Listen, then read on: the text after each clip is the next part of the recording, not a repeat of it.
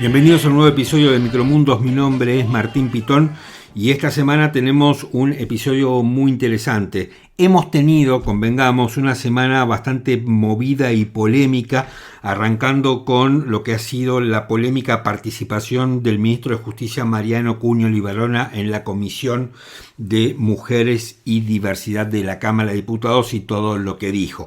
Por eso nuestra entrevista de la semana, que tiene que ver con este tema, se la hicimos al diputado nacional del Partido Socialista de la provincia de Santa Fe, Esteban Paulón, porque me parece que hay mucho más en profundidad de lo que dice Cuño Libarona, y esto tiene que ver con la batalla cultural que el gobierno dice que viene a dar.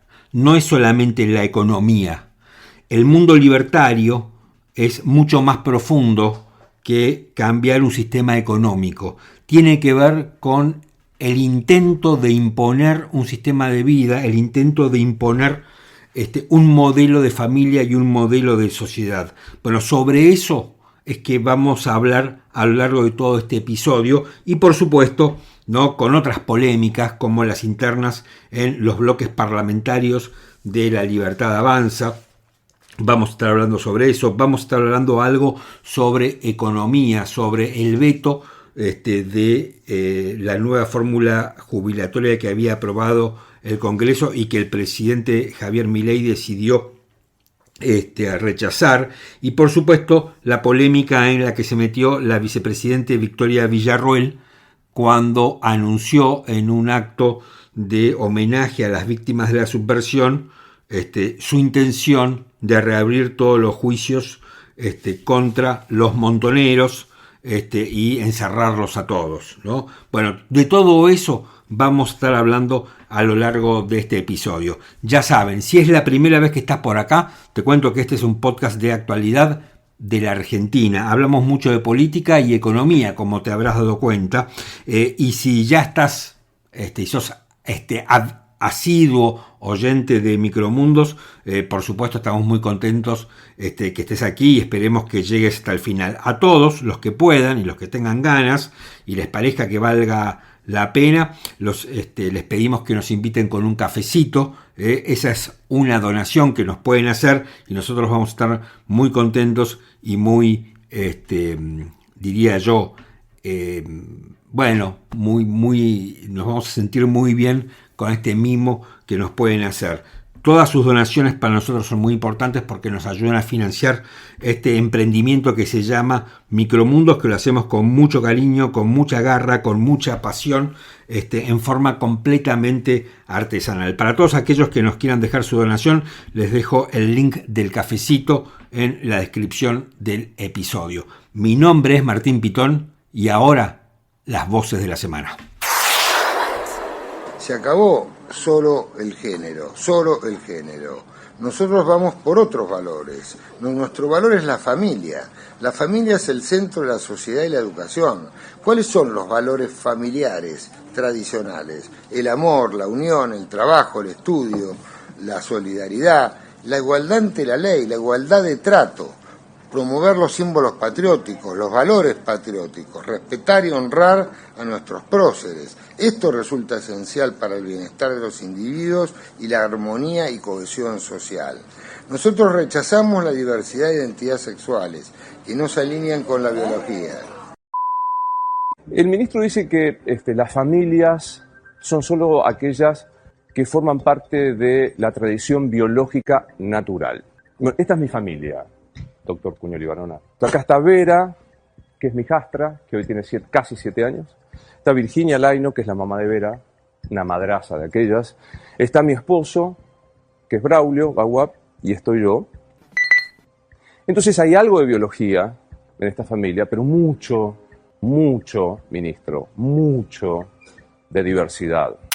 No solamente el ministro fue contra la identidad de género, sino que desconoció todas las leyes que se han logrado en la Argentina en los últimos 40 años de democracia que reconocen y amplían derechos, sino que fue más allá.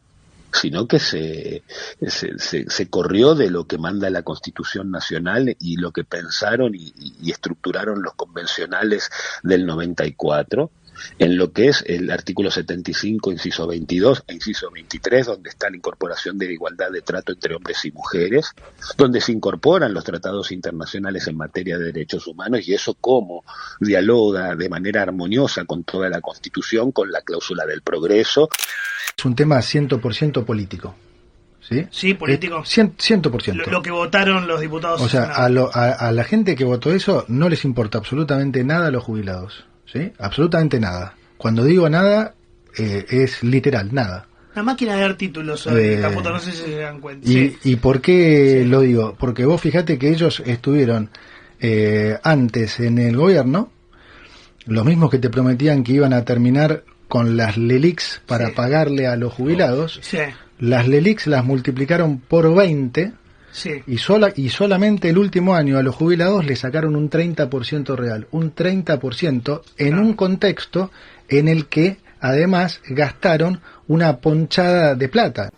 Lo que estamos haciendo es igualar la situación que existe en todas las otras provincias del país con ciudad y provincia de Buenos Aires. Es decir, la nación tiene solamente jurisdicción en lo que son las líneas interjurisdiccionales, es decir, las que son entre provincias o entre capital y una provincia. El resto son jurisprudencia propia de los gobiernos y los municipios, ¿sí? Entonces, yo desde que llegué, que tengo a todos los gobernadores encima, diciéndome por qué siguen subsidiando a porteños subsidiados, bonaerenses subsidiados. Y no tiene ninguna lógica. ¿Por qué el contribuyente de Misiones o de Entre Ríos tiene que estar subsidiando al que viaja en colectivo en capital?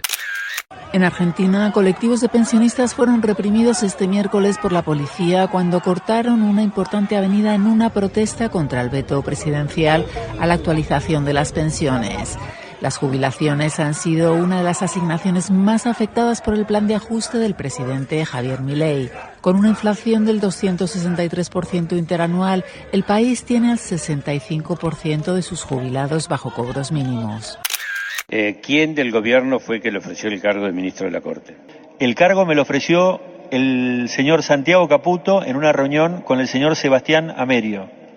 Yo no conozco al presidente de la Nación, no hablé nunca en mi vida ni por teléfono con él, y la persona que me ofreció el cargo fue Santiago Caputo en una reunión, no lo conocía tampoco.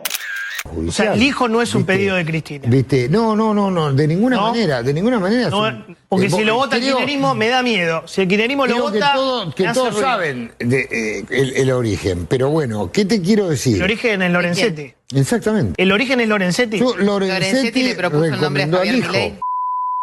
Reabriremos todas las causas de víctimas del terrorismo para que sea la justicia la que haga lo que debió hacer hace más de 20 años.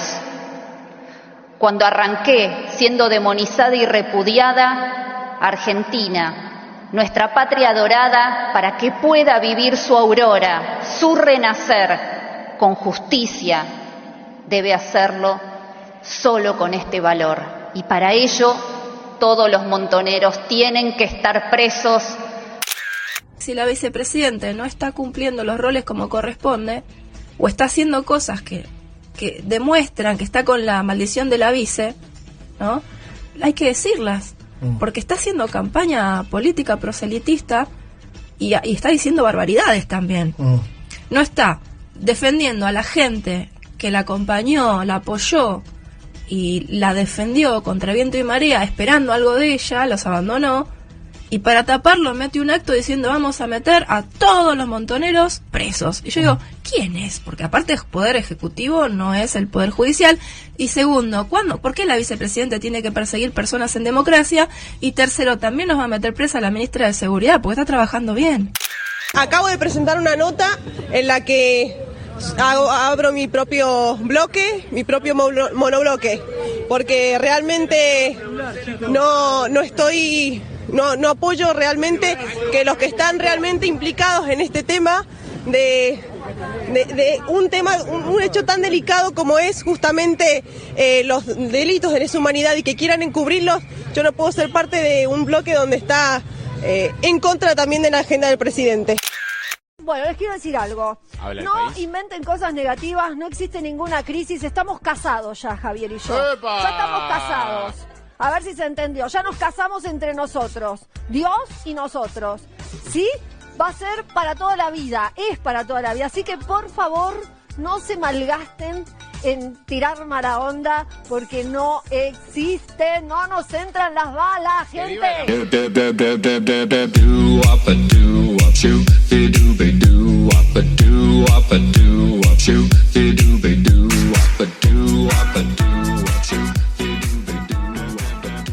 El episodio de hoy y este comentario editorial creo que va a estar signado un poco por la polémica generada por el ministro de Justicia Mariano Cunio Libarona y su polémica participación en la Comisión de Mujeres y Diversidad de la Cámara de Diputados. Escuchábamos el primer año al ministro diciendo que, que se opone a la diversidad de géneros y que además de rechazar la diversidad de identidad sexual, explicaba y daba un modelo de familia que evidentemente debe tener este gobierno. Cunio Libarona, como funcionario de un gobierno que evidentemente es autoritario con rasgos fascistas, pretende bajar un modelo de familia.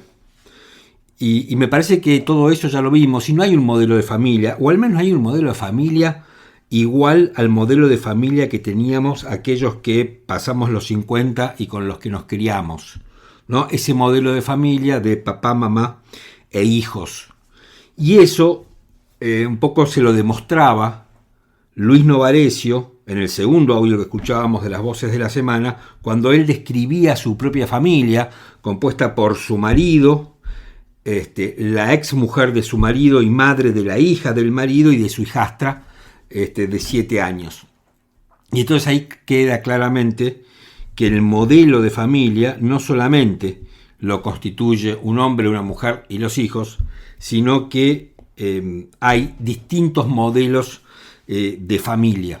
Y después de escuchar el acertado comentario del colega Luis Novarecio, escuchábamos al diputado Maximiliano Ferraro, que me parece que desde una visión más legalista explicaba cómo el ministro, con sus dichos y con su visión, estaba violando legislación nacional, legislación interna,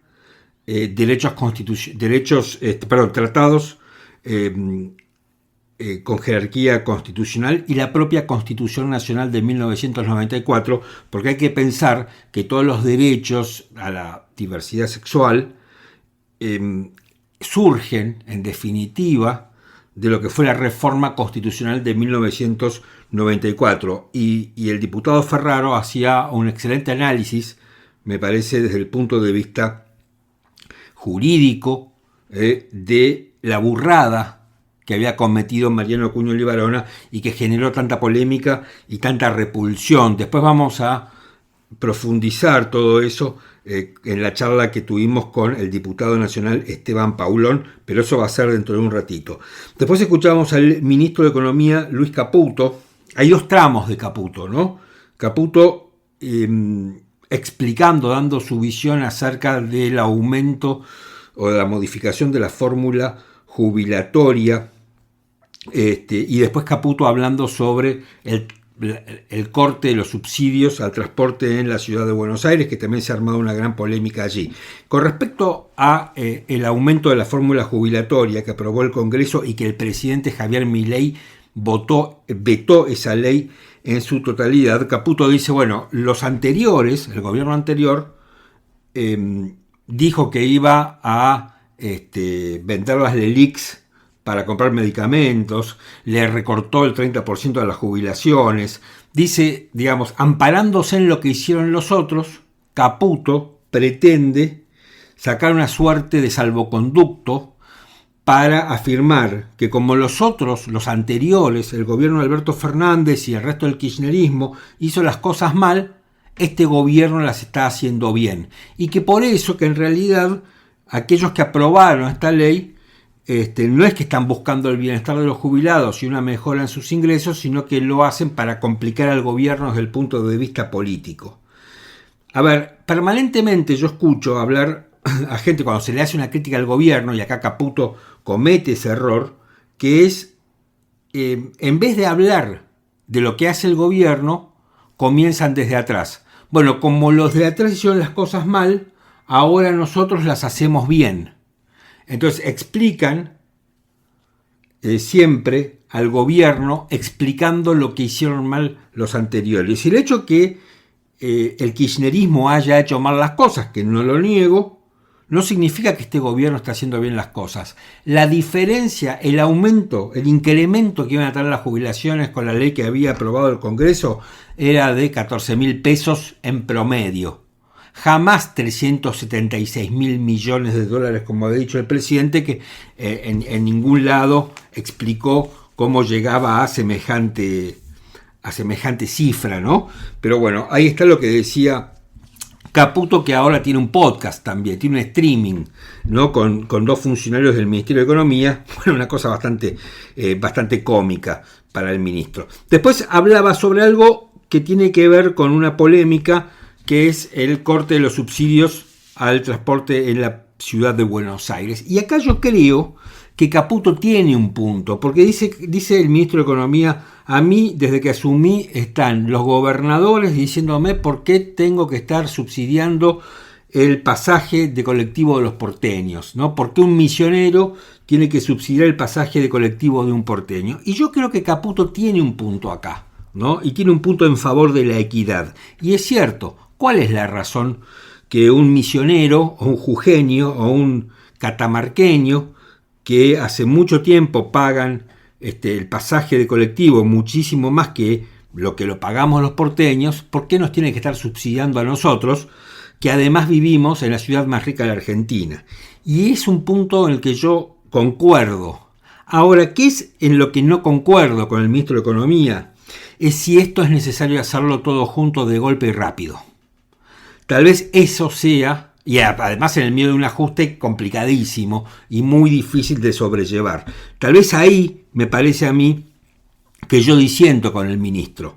Ahora, desde el punto de vista del planteo de la equidad, creo que Caputo tiene razón, aunque suene antipático. Me parece que está bien lo que está diciendo, porque es verdad que un misionero que viene pagando el transporte el doble que nosotros o más, nosotros me refiero a los porteños, esté subsidiándonos el boleto a nosotros. No me parece mal. Ahora, me parece aquí también que este gobierno está cometiendo un error parecido al que cometió el gobierno de Mauricio Macri con las tarifas. ¿Por qué no se puede hacer un caminito de las tarifas con los incrementos necesarios y no todo de golpe, no todo junto? En la luz, en el gas lo hicieron. Ahora, Caputo también, al mismo tiempo, ¿no? Para ser ecuánime, debería estar cumpliendo con las transferencias de dinero producto del fallo de la Corte Suprema de Justicia, que le había sacado por obra y gracia de Alberto Fernández una parte de la coparticipación a la ciudad de Buenos Aires, y que después la Corte ordenó restituir. Y ahí no está cumpliendo el gobierno nacional, se está comportando casi como un gobierno kirchnerista. Eso también debería cumplirlo el señor Toto Caputo, ¿no? Y después escuchábamos una parte de un informe de la Deutsche Welle, ¿no? De lo que había sido, de la crónica, de lo que había sido la represión a los jubilados que manifestaron en la Plaza del Congreso en contra del veto de Javier Milei, ¿no? Y es espantoso realmente ver las imágenes. Es espantoso que le estén echándole gas pimienta a los jubilados, y alguno me podrá decir, bueno, pero esto estaba armado, esto fue orquestado, fueron los jubilados, los llevaron ahí. No lo sé, pero la verdad que un país que está sumido en un ajuste y le pega a los viejos, me parece que no es un lugar como muy atractivo para estar. Luego escuchábamos a Oscar Parrilli en la sesión de la Comisión de Acuerdos del Senado, a donde concurrió el otro candidato, el otro nominado por el Gobierno Nacional a ocupar un cargo en la Corte, que es el doctor Manuel García Mansilla, ¿no? García Mansilla, obviamente, desde el punto de vista jurídico y hasta discursivo, diría yo, se defendió mucho mejor, hizo un papel mucho mejor que el juez Ariel Lijo, que fue bastante pobre, tanto en su bueno, en su oratoria como en sus conceptos jurídicos. Pero acá Oscar Parrilli, el senador del kirchnerismo, mete el dedo en la llaga cuando dice: ¿a usted quién le ofreció el cargo de ministro de la Corte?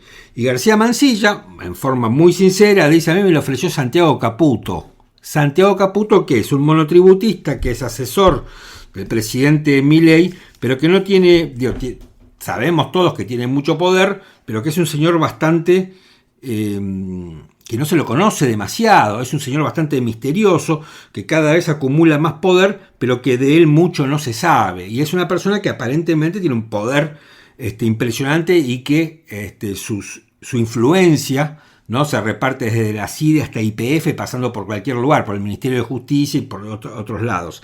Así que Caputo le ofreció a García Mansilla convertirse en juez de la Corte. Y después vuelve, en nuestro compilado de la semana, vuelve el ministro Cuño Libarona, donde en un reportaje con Johnny Viale revela que Ariel Lijo fue propuesto por el actual juez de la Corte, Ricardo Lorenzetti, que era lo que todos sabíamos y era un secreto a voces, que finalmente termina por confirmar el propio ministro Cuño Libarona, que él evidentemente, por lo que ha revelado por el propio García Mansilla y por lo que revela Cuño Libarona, él no tuvo absolutamente nada que ver en la nominación de los dos candidatos a ocupar cargos de la Corte de este gobierno. Así que, bueno, ahí tenemos el triste papel. O sea, Cuño Libarona ha hecho un triste papel esta semana en dos oportunidades: en su participación en la Comisión de Mujeres y Diversidad de la Cámara de Diputados, y después admitiendo que fue Lorenzetti el que le ofreció el cargo a Ariel Lijo, y después que se supo que había sido Santiago Caputo el que le había ofrecido el cargo a García Mansilla. Así que el ministro de Justicia estuvo completamente ajeno a las nominaciones a ocupar cargos en la Corte Suprema de Justicia de este gobierno.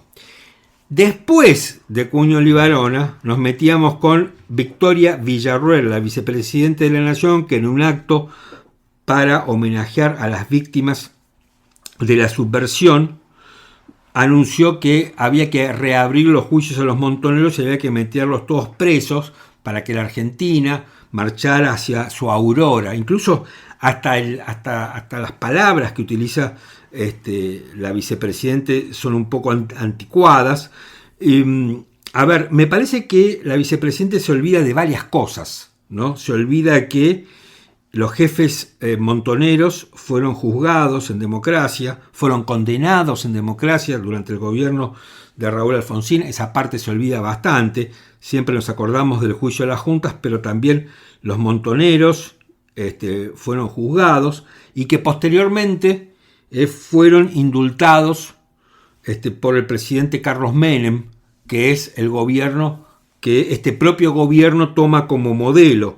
Así que si los montoneros y jefes montoneros están en libertad, bueno, eso tiene que ver con Carlos Menem, en todo caso, ¿no? Y esto generó bastante polémica de parte de ¿cómo se llama? De mucha gente que cree ver en Victoria Villarruel, por estas cosas que dice, una reivindicación de la guerra sucia, una reivindicación de las torturas y la represión ilegal durante la dictadura.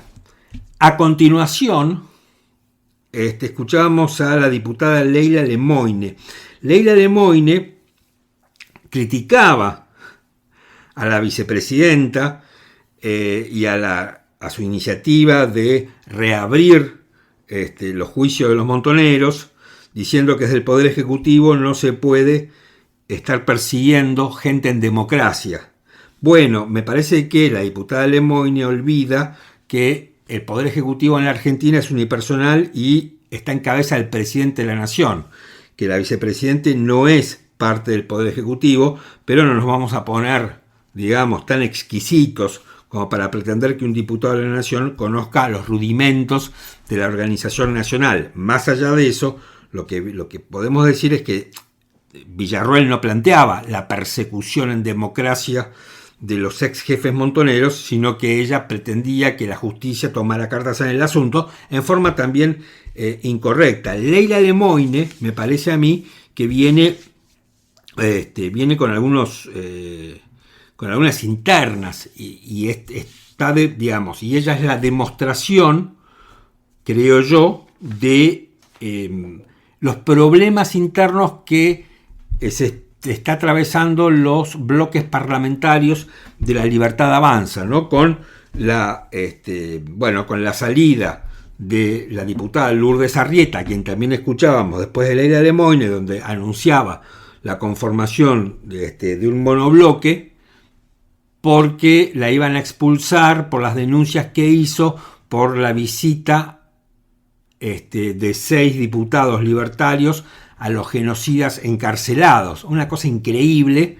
Y ella había dicho que no sabía quién era Astiz porque había nacido en el 93, al día siguiente aparece con el libro Nunca Más, y es todo un verdadero lío que además se conecta con la salida, con la expulsión del bloque de senadores del senador Paoltroni por oponerse a la nominación del juez Ariel Lijo para ocupar un cargo en la Corte Suprema. O sea, todos los bloques parlamentarios, y me olvidaba también de mencionar la pelea que tiene Leila Lemoine con la diputada Marcela Pagano, que era periodista y que se están tirando con quién dormía con quién y las sábanas, se tiran con sábanas y otras cuestiones. O sea, un verdadero lío, ¿no? O sea, un verdadero sainete que tiene como protagonistas a gran parte de los parlamentarios de la Cámara Alta y Baja de La Libertad Avanza, y que me parece que es una verdadera vergüenza, ¿no? Porque es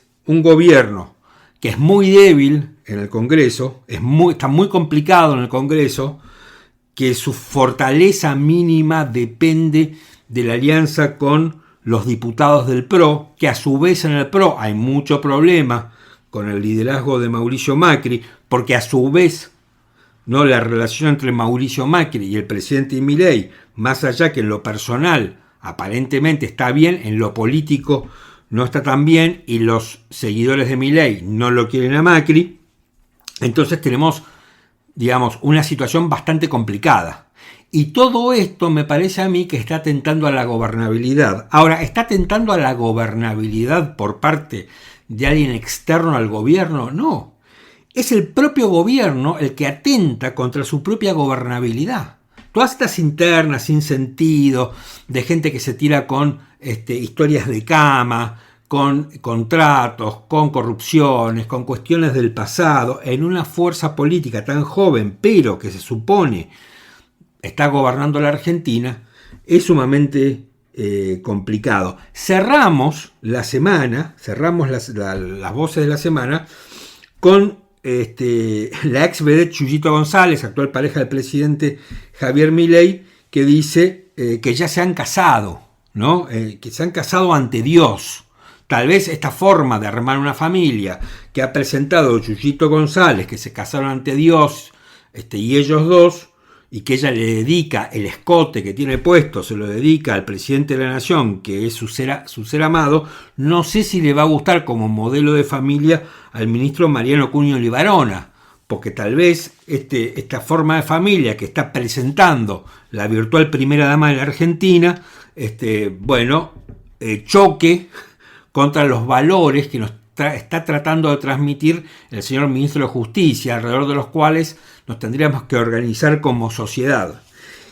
Y más allá de todas, más allá de todas estas, de todas las declaraciones y todo lo que hemos escuchado en este largo compilado de voces de la semana, que a mí, yo les cuento una cosa que me pasa con esto, ¿no? Yo voy recopilando durante toda la semana, voy ya seleccionando los audios y las declaraciones. Y en ese momento, cuando los voy escuchando, a veces no me parecen tan graves, ¿no? No es el caso de Cuña, que me pareció grave desde un primer momento, pero en general me parecen, los voy compilando, ¿no?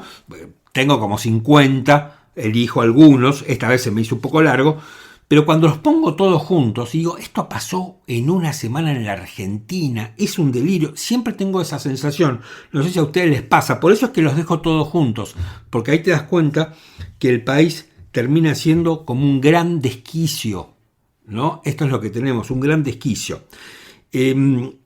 A ver, hay algo, dejando un poquito de lado el tema económico,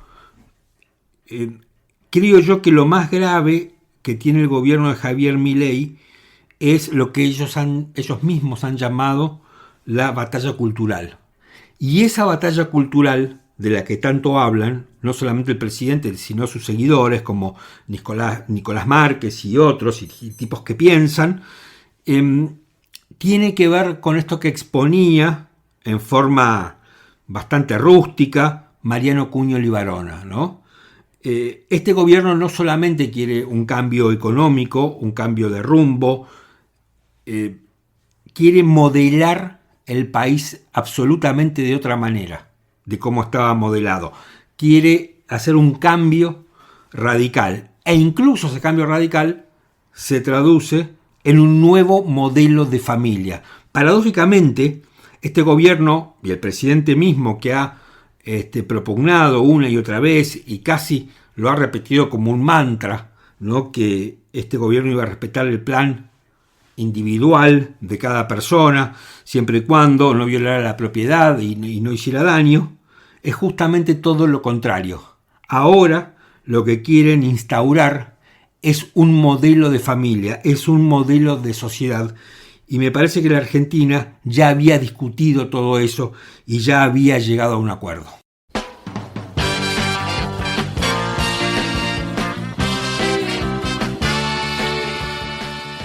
Y estamos comunicados con el diputado socialista de Santa Fe, Esteban Paulón, que probablemente lo hayan escuchado en varios programas, que él ha condenado fuertemente los dichos del ministro Cuño Libarona e incluso ha pedido su renuncia. Esteban, ¿cómo estás? Soy Martín Pitón.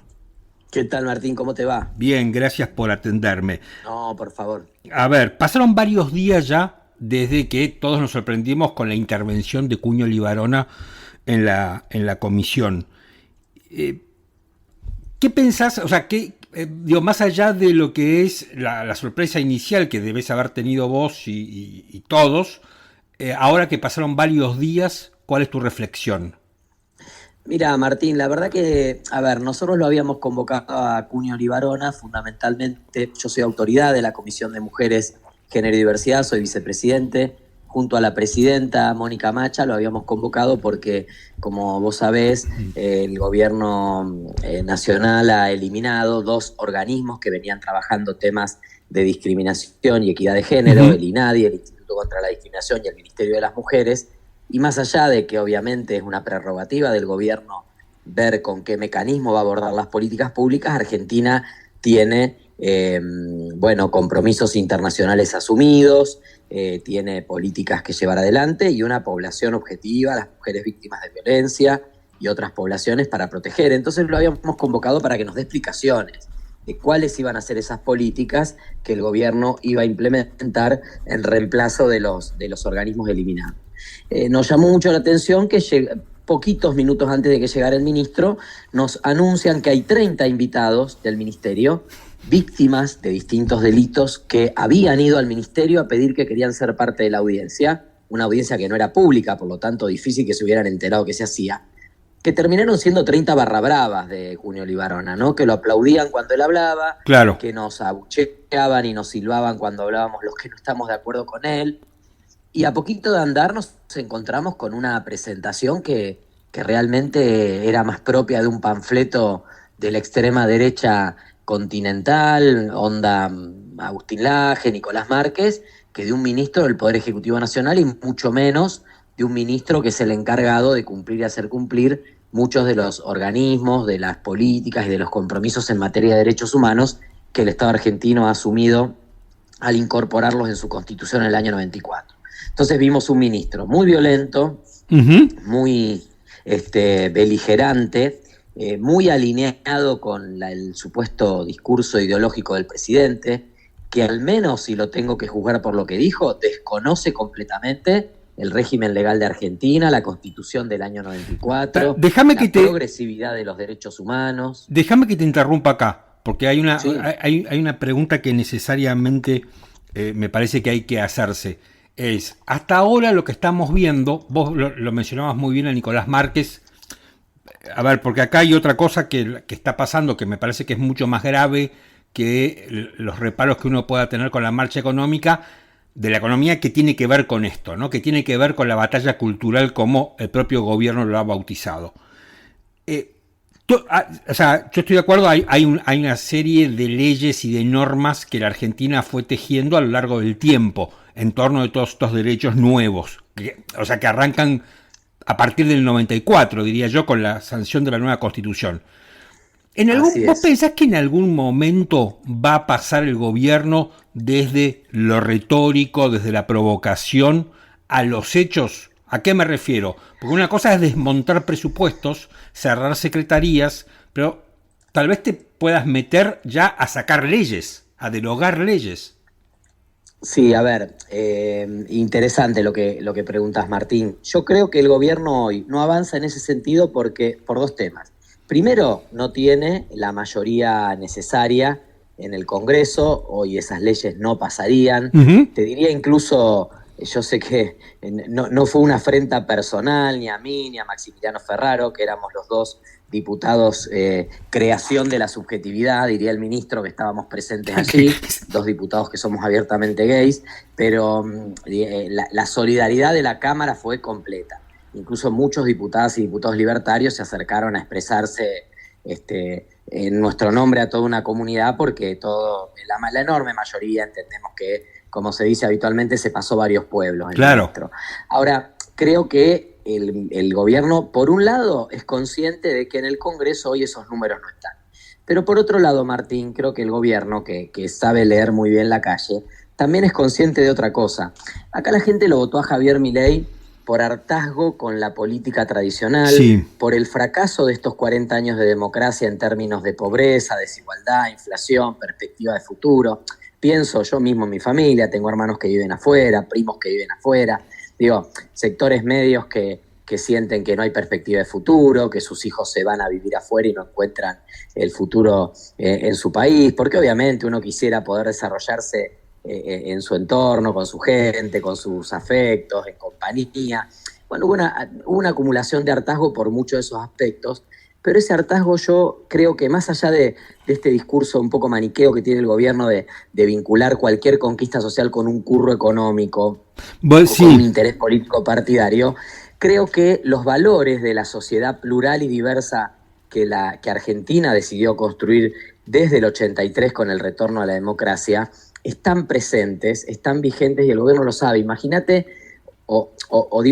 pensá, Martín, lo que fue la visita de los diputados a los genocidas. Por supuesto que hay un segmento de la población que lo... Vos sabés que yo tengo una contradicción con eso y la charlé con Maximiliano Ferraro hace un par de semanas en este mismo podcast, que a mí me parece absolutamente condenable, ¿no? Yo no, si fuera diputado no se me pasaría por la cabeza, me parece una locura que además haya una diputada que dice que no sabe quién era Astiz porque nació en el 93. Bueno, más allá de eso. Ahora, ¿vos sabés que me parece que tienen derecho de hacerlo aunque a mí no me guste? Pero bueno, eso... Totalmente, pero no iba ahí mi reflexión. Ah, sí. Iba a otro lado. Yo yo coincido con vos en que posiblemente cada uno puede decidir, y eventualmente, si ellos tienen ese pensamiento y quieren ir a ver, probablemente estén en el derecho a hacerlo, pero lo que a mí me llamó la atención y me sorprendió muchísimo es que fue de tal brutalidad el gesto, porque tampoco es que fueron a ver a cualquier detenido, sino fueron a ver a 2 o 3 de los que son realmente emblema de lo que fue el terrorismo de Estado, que la reacción social fue tan impactante, fue como una vacuna. O sea, de golpe fue tan torpe todo que la sociedad argentina mostró rápidamente que la memoria, la verdad y la justicia están allí como un valor todavía importante en la sociedad. Más allá de que algún segmento que puede representar Villarruel y algunos diputados hoy hable de la memoria completa, de juzgar a los terroristas por las víctimas del terrorismo, aparte de ese discurso político que tiene obviamente un asidero en una porción, yo entiendo, minoritaria de la población, la enorme mayoría de la sociedad argentina dice: este tema ya está juzgado, esto ya está, esto es pasado. ¿Por qué lo digo? Porque aquí mismo en la Cámara, incluso el propio bloque libertario se despegó rápidamente de esos 6 diputados. O sea, hoy no hay margen.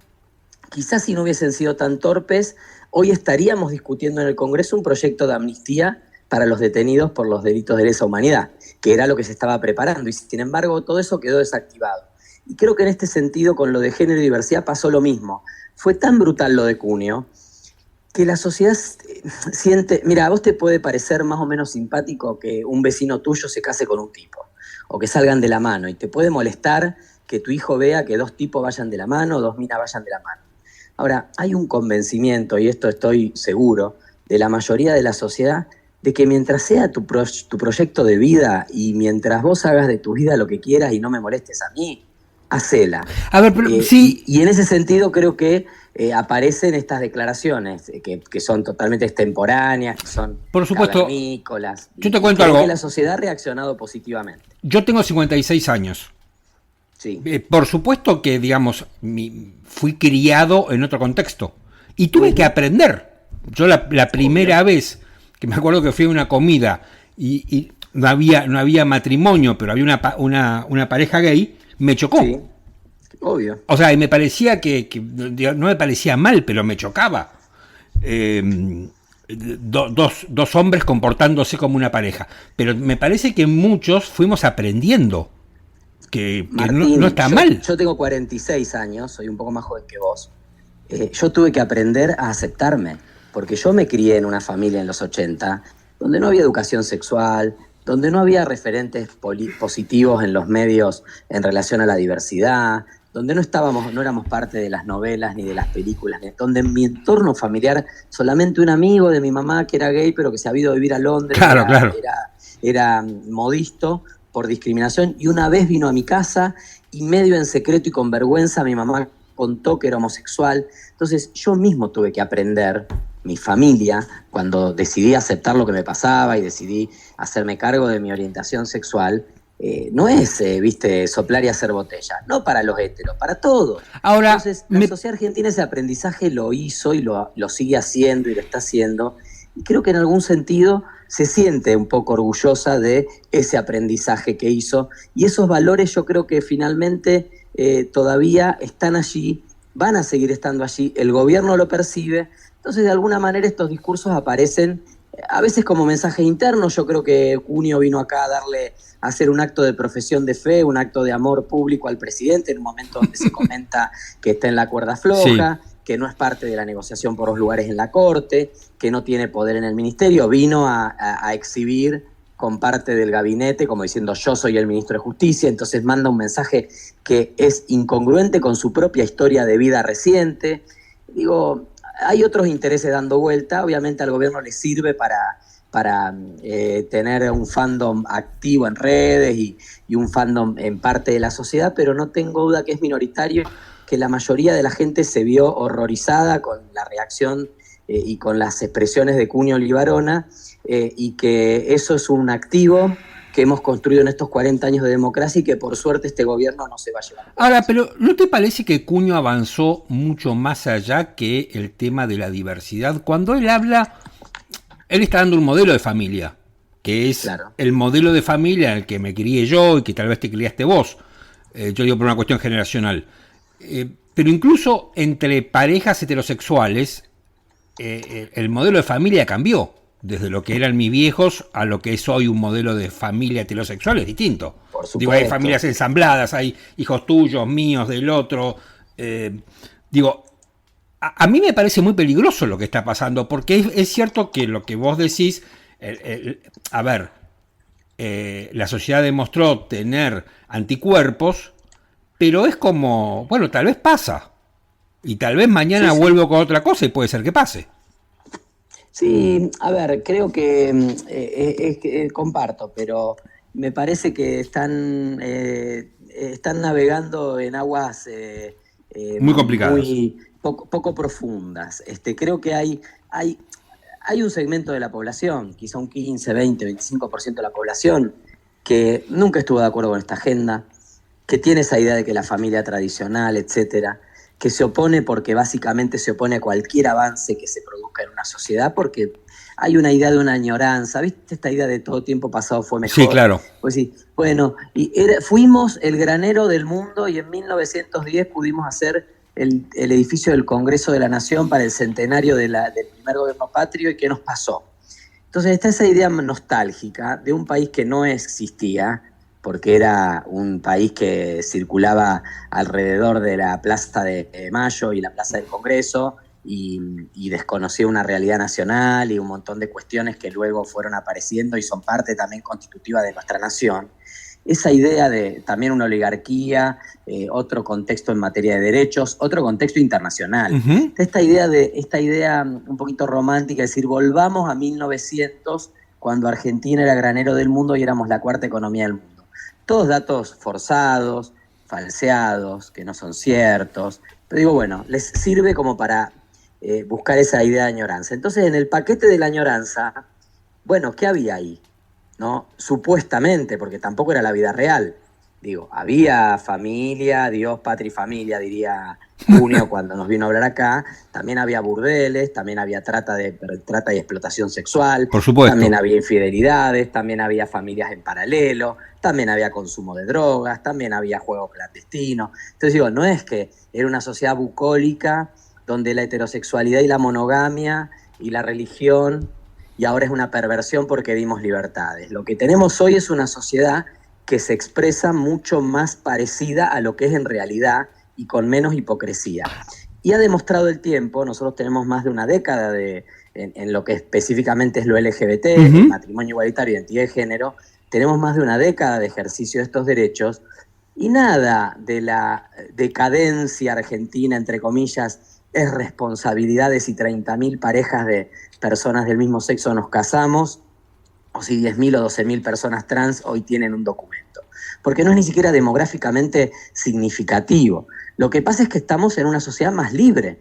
Claro. Porque, claro, mi sobrino, que bailó en mi casamiento, se cría con una cabeza donde para él, que probablemente sea heterosexual, hasta ahora todos mis sobrinos son heterosexuales, o por lo menos así lo han expresado, pero en su cabeza una posibilidad es ser heterosexual y una posibilidad es no serlo. Uh-huh. Y no es un drama, no, porque tiene una referencia, porque su tío está casado hace 10 años, porque es parte de su vida, porque lo quiere como a cualquier otro tío, porque es parte de la cotidianidad y no pasa nada. Entonces, claro, ese cambio que es tan fuerte, que tiene que ver con nuestra visibilidad, con nuestra participación más activa en la sociedad, les da terror a todos estos sectores, porque estos sectores quieren seguir viviendo en el medioevo. Entonces usan la excusa de ese tiempo pasado, que supuestamente fue mejor, para justamente llevarnos o querer llevarnos a determinados valores. Ahora, déjame que valores de la hipocresía, porque yo tengo 46 años, vos tenés 56 años, Martín. Sí. Todos nos acordamos los 90. Por supuesto. Fueron furiosos.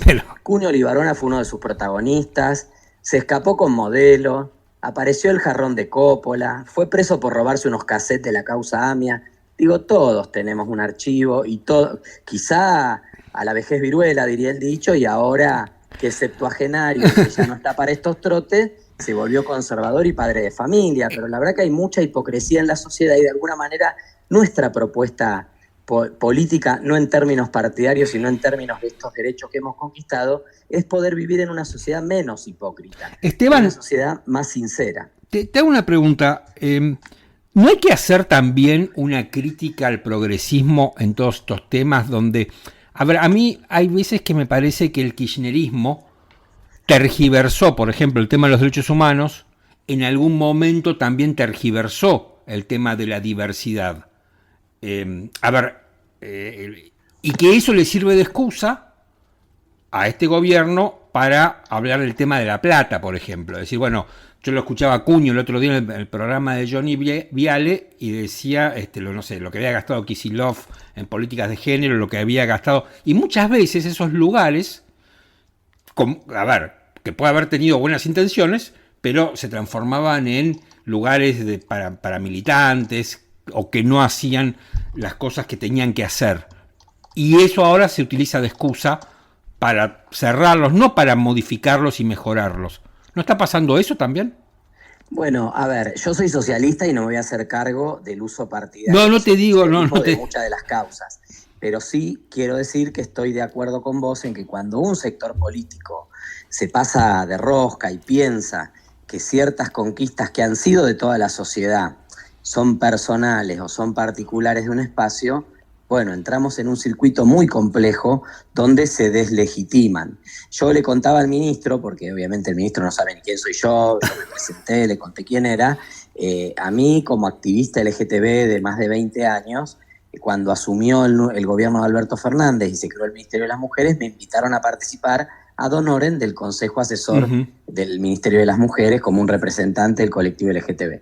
Al año renuncié, porque esas políticas que llevaba adelante el ministerio, y no deslegitimo la necesidad de una institución pública que haga las políticas, yo fui eso no se lo dije al ministro, pero te lo cuento a vos, fui el primer funcionario abiertamente gay en una oficina pública gay o LGBT en Argentina en el año 2007, el segundo en América Latina. Entonces, tengo un recorrido y una defensa de las políticas públicas que me permite decir que la implementación de las políticas por parte del Ministerio de las Mujeres fue sectaria, sesgada, sin territorio, sin federalidad, concentrada en 4 manzanas de la ciudad de Buenos Aires, sin contenido y sin impacto. Entonces, ese es el peor favor que le podemos hacer a las políticas, porque ¿qué es lo que pasó? Cuando viene Javier Milei y cierra... Mira, este gobierno cerró la oficina del SENASA en Villa Cañas. La comunidad se movilizó para que no la cierren. Pero cuando cerró el Ministerio de las Mujeres no salió ninguna organización a pedir que no lo cierren. Porque básicamente el ministerio no trabajó con nadie más que con algún sector partidario pequeño. Claro, ese es el problema. Ese es el problema, y lo mismo pasó con otros temas. Entonces, ahora, eso no le quita el valor que tiene la causa. Yo soy fundador de la Federación Argentina LGBT, que fuimos totalmente excluidos de la política del ministerio, por ejemplo. Nosotros somos una organización plural.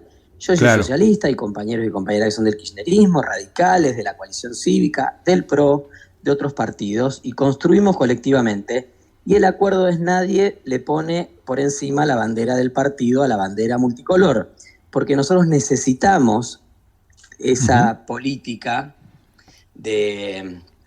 necesitamos esa política y necesitamos las leyes, pero necesitamos decir que han sido construidas colectivamente y pluralmente, porque si no, se desnaturalizan y pierden sentido. Entonces, comparto con vos en que hay un uso que se ha hecho partidario, partidizado, sectario, y creo que es importante que podamos recuperar para lo colectivo causas que se lograron colectivamente. Te hago la última y no tiene que ver con esto. No puedo soslayar que sos de Rosario. Así es. ¿Cuál es la situación de Rosario con el tema seguridad y narcotráfico, que hace mucho que no hablamos? Mira, en este momento ha tenido alguna mejoría por algún accionar un poco más activo del gobierno provincial, en colaboración con algunas instancias del gobierno nacional también y de fuerzas federales. Básicamente, ninguna ciudad es narco o criminal. Digamos, Rosario es una ciudad que está emplazada es el eje de varias rutas nacionales que nos unen con países limítrofes, y eso facilita obviamente muchas veces el tráfico y el traslado de estupefacientes. La ruta 34 que va a Santiago del Estero, Tucumán, Catamarca y sigue para Bolivia, termina en Rosario. La ruta 11 que va hacia Paraguay termina en Rosario. La ruta 9 que une Buenos Aires con Rosario y luego sigue para Córdoba, también nos tiene allí en el centro. Todo como un eje central de un puerto, que son 60 kilómetros de puertos, donde parte enorme de la producción de Argentina sale y donde se han encontrado en muchos procedimientos, obviamente, drogas que vienen de Bolivia, de Chile, de Paraguay. Rosario se convirtió un poco en... Salen.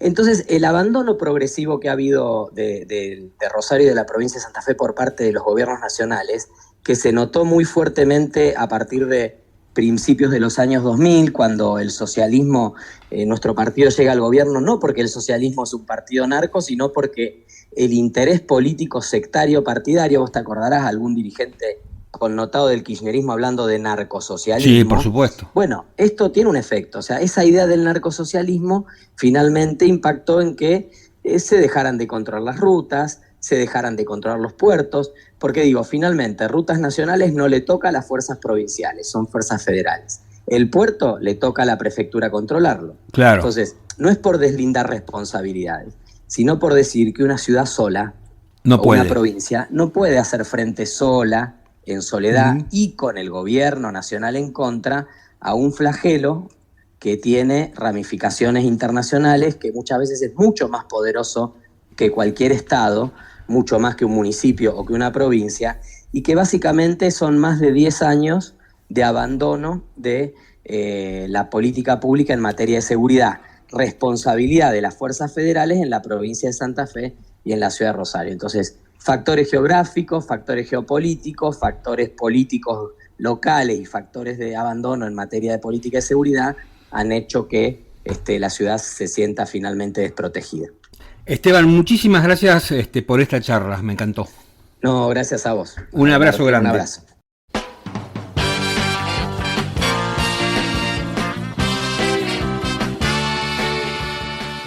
Después de la intensidad de esta charla con Esteban Paulón y todo lo que estuvimos hablando a lo largo de este episodio, vamos a relajarnos un poco. No sé si les pasa a ustedes, pero yo estoy suscripto a varias plataformas, creo que a casi todas, y cada vez me cuesta más encontrar una película buena, una serie que me interese. Creo que hay una cantidad impresionante de ofertas, pero la calidad no es tan buena, es todo muy desparejo, es como el cine y las series se han convertido en una industria, en una suerte de máquina, ¿no?, de hacer chorizos, y es todo muy básico, muy obvio, pero bueno, de cuando en cuando encuentro alguna cosa que me guste. Lo que tengo para recomendarles, no sé si esto es para todos, pero bueno, yo tengo mis dudas, pero igual se los quiero recomendar porque está muy bien hecho.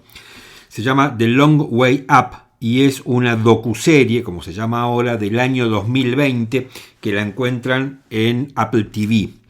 Y tiene 11 capítulos, cada capítulo dura entre 50 y 59 minutos. A mí me gustó mucho, pero ahora se van a dar cuenta por qué me gustó mucho. Es una serie que está protagonizada por Ewan McGregor y por Charlie Boorman. Son dos amigos, que son amigos, o sea, son dos actores, por supuesto. Ewan McGregor es muy conocido por su papel como Obi-Wan Kenobi en la saga de la Guerra de las Galaxias, por Fargo, por Moulin Rouge, y hay una película espectacular que filmó en el año 2003, que es una comedia que se llama Abajo el Amor, que se las recomiendo, que la protagoniza junto con Renée Zellweger, y que es muy buena la banda sonora de esa película. Si pueden, véanla, no sé en qué plataforma está, pero él es de esas comedias de los años 60 que protagonizaban Rock Hudson y Doris Day, una cosa así. Bueno, véanla porque está muy buena. Pero volviendo a The Long Way Up, está Ewan McGregor, Charlie Boorman, que es otro actor y es escritor de viajes y es muy amigo de Ewan McGregor, y van desde Ushuaia hasta Los Ángeles en 2 motos eléctricas Harley Davidson. Y es espectacular el viaje. Por supuesto, es el documental sobre ese viaje, que consta de 11 capítulos, de 11 episodios, de más o menos de duración entre 50 y 59 minutos. En rigor de verdad, esta es la tercera entrega de la saga Long Way, porque hicieron Long Way Down y Long Way Round. Yo la única que vi fue esta, que es espectacular. Tardaron 3 meses en utilizar 2 motos Harley Davidson eléctricas. Así que yo se las recomiendo, a mí me gustó mucho, está muy bien hecha, es de una calidad espectacular, muy bien editada, muy bien musicalizada.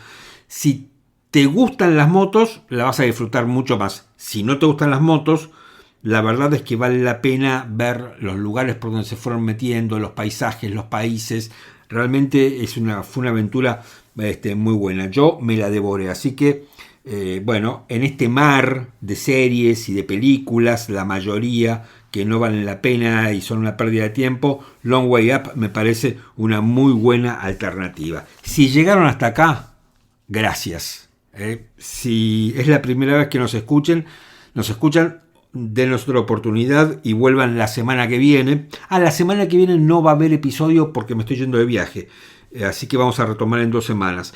Y si son asiduos oyentes de Micromundos, muchas gracias por su fidelidad. A todos aquellos que tengan ganas, que puedan y que crean que vale la pena, les dejo el link del cafecito para que hagan sus donaciones, que voy a estar muy contento, no solamente por el dinero, sino porque es una caricia al alma y es, digamos, una muestra de aprobación que el laburo que estamos haciendo con mucha garra, con mucha pasión y con mucho amor está dando sus resultados y que, estamos alcanzando el objetivo que nos propusimos, que Micromundo sea un lugar de reflexión, que trate los temas de actualidad, pero que al mismo tiempo lo podamos hacer un poco en forma desapasionada, porque hay demasiado apasionamiento en los medios tradicionales, hay mucha gente indignada, enojada, sacada. Bueno, nosotros tratamos de hacer modestamente otra cosa. Hasta acá este episodio de Micromundos. Mi nombre es Martín Pitón y nos reencontramos en 2 semanas. All right.